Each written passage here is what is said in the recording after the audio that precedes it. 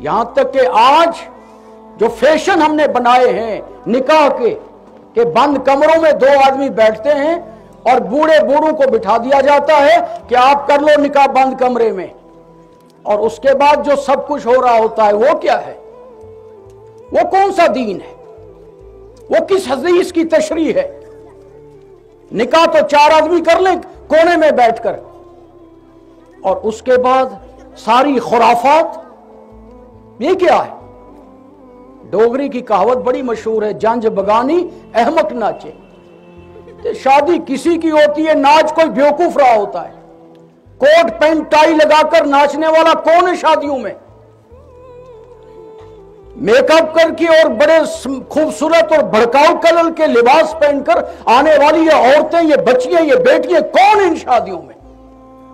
कौन चाहता है इस तरह की शादियों में जाकर और उन शादियों को अल्लाह की नाराजगी और गुस्से और गजब को भड़काने वाले काम किए जाए?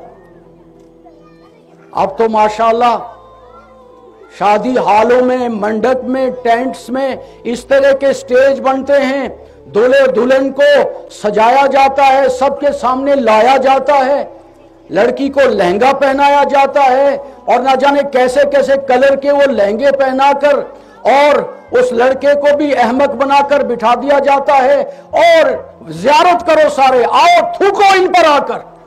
अल्लाह का गुस्सा और गजब उस वक्त लानतें बरसाता है उस पूरे उस मजमे पर जो उस मासूम बच्ची को बहरा करना चाहता है, उसे देखना चाहता है। ये कौन सी तरक्की है? ये कौन से हालात हैं हमारे? ये कैसा हमारा रुख है? ये कैसी तालीम है हमारी? क्या पढ़ा है हमने? क्या खा के हम अपनी औलादों को आगे बढ़ा रहे हैं?